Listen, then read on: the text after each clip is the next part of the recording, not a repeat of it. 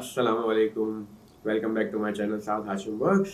इत्तेफाक से हम लोग मैं तो बहुत जल्दी वापस एक वीडियो लेके आया हूँ। अमूमन इतना जल्दी मैं आता नहीं हूँ एक नई वीडियो के साथ, जो मेरी सुस्ती और काहली है। मगर हाँ, हम लोग को बहुत जल्दी मुलाकात हो रही है एक नई वीडियो के साथ। आज का मौजू जिस पे हम बात करेंगे उसका एक गहरा ताल्लुक फ़िल्म से भी है और उसका एक गहरा ताल्लुक हमारी रोज़मर्रा की ज़िंदगी से भी है।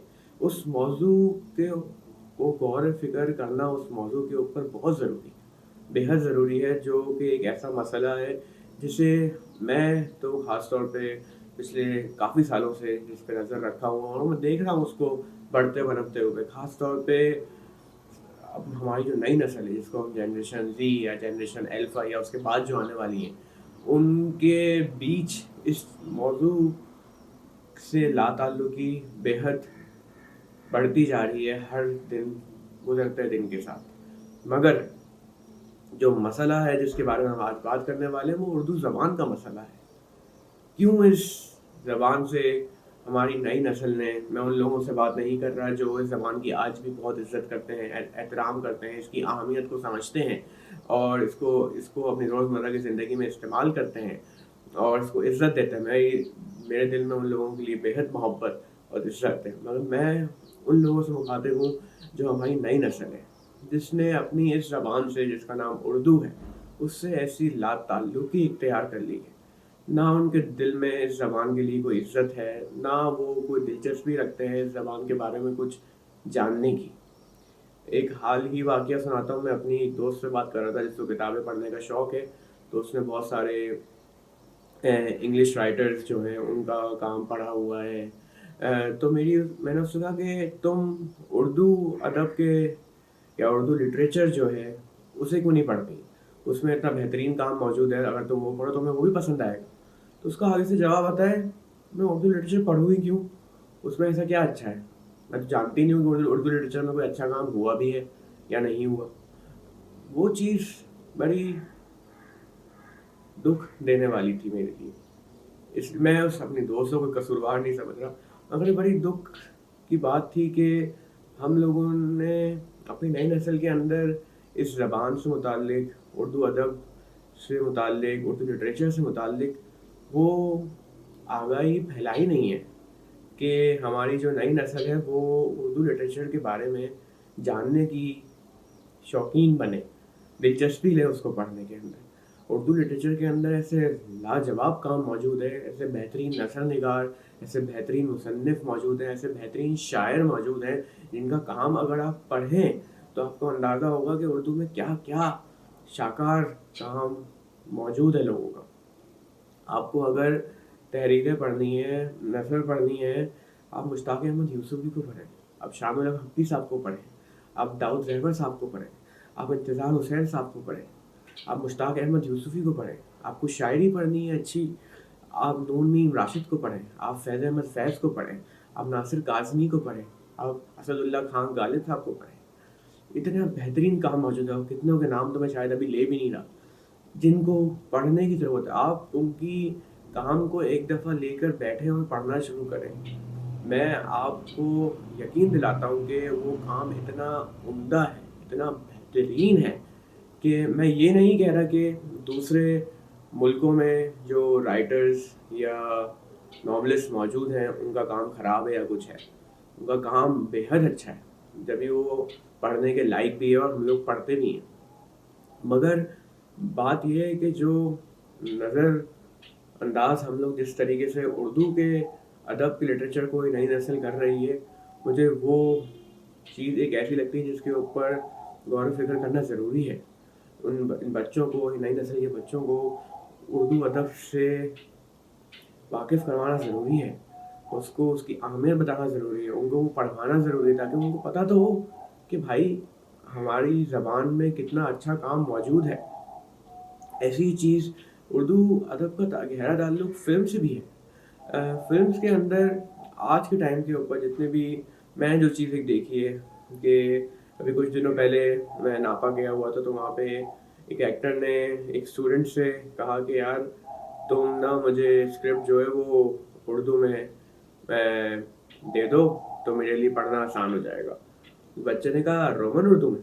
कहा नहीं रोमन उर्दू में नहीं, उर्दू में। اس بچے کی شکل پہ جو 12 بجے تھے نا کہ میں اردو ٹائپ کیسے کروں گا، مطلب بےحد افسوس کی بات ہے کہ ہمیں اپنی زبان لکھنی نہیں آتی، ٹائپ بھی کر رہے ہیں تو ٹائپ کرنی نہیں آتی. اس بچے کی شکل پہ جو 12 بجے تھے کہ میں کیسے ان کو ٹائپ کر کے دوں گا، مجھے تو اردو لکھنی ہی نہیں آتی.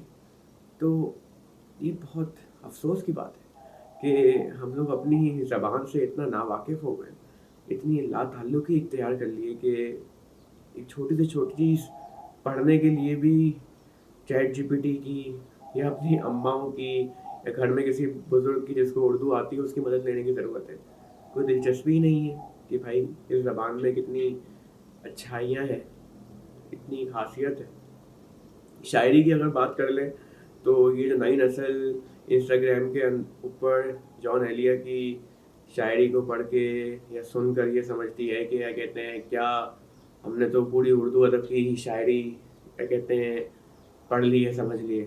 میں یہ نہیں کہہ رہا جان ایلیا برے شاعر ہیں، وہ بہترین شاعر ہیں، مگر اتنے سارے شاعر اور موجود ہیں جن کا کام اگر آپ پڑھیں تو آپ کو اندازہ ہوگا کیا زبردست گہرائیوں والا کام ہے. آپ میرا جی کی نظمیں پڑھیں، آپ کو اندازہ ہوگا کتنا عمدہ کام کر کے گئے ہیں ہم. آپ لوگ جو ینگر جنریشن ہے وہ ایک اسٹرانگ پاورفل ویمن کیریکٹرز کے لیے ورجینیا وولف کو پڑھتے ہیں، یا وہ رائٹر کا نام میرے ذہن سے ابھی نکل رہا ہے جس نے پرائڈ اینڈ پریجوڈس لکھی ہے. تو آپ اس کو پڑھتے ہیں ایک اچھی انڈیپینڈنٹ وومن کیریکٹرز کے لیے. مگر کیا کبھی آپ میں سے کسی نے عصمت چغتائی کا کام پڑھا ہے؟ کبھی آپ نے منٹو کو پڑھا ہے؟ تو آپ ایک دفعہ انہیں پڑھیں. عصمت چغتائی کا کام تو خاص طور پہ پڑھیں. اگر آپ کو پاورفل ویمن کیریکٹرز کو پڑھنا ہے آپ عصمت چغتائی کا کام پڑھیں. آپ کو پتہ چلے گا کہ آپ اردو کے اندر اتنی اچھی مضبوط کردار والی عورتوں کو انہوں نے تحریر دی ہے کہ آپ رش کر جائیں گے اس چیز کے اوپر. فلموں کے اندر بھی مجھے لگتا ہے کہ اردو کے حوالے سے بچوں کو زیادہ معلومات نہیں ہوتی. ان کی جو زبان بول جس میں وہ کہانیاں لکھتے بھی ہیں کیونکہ ان کو اردو کے بارے میں اتنا پتہ نہیں ہے، تو وہ تو اس میں انگریزی بھی مکس ہے، اس میں اردو بھی مکس ہے، اس میں ہر چیز کا نا بس گرائنڈر میں ڈال کے گھما دیا ہے. میں یہ نہیں کہہ رہا کہ کیا کہتے ہیں انگریزی وہ اسکرپٹ کے اندر ہو نہیں سکتی، اردو کے ساتھ لازمی ہو سکتی ہے، مگر کبھی اس چیز کے اوپر بھی تو کام کرنے کی کوشش کریں کہ اگر آپ کہانی اپنی اردو زبان میں لکھ رہے ہیں تو وہ پوری کہانی پھر اردو زبان میں ہی ہونی چاہیے، تاکہ آپ کے لیے بھی آسانی ہو، ایکٹر کے لیے بھی آسانی ہو.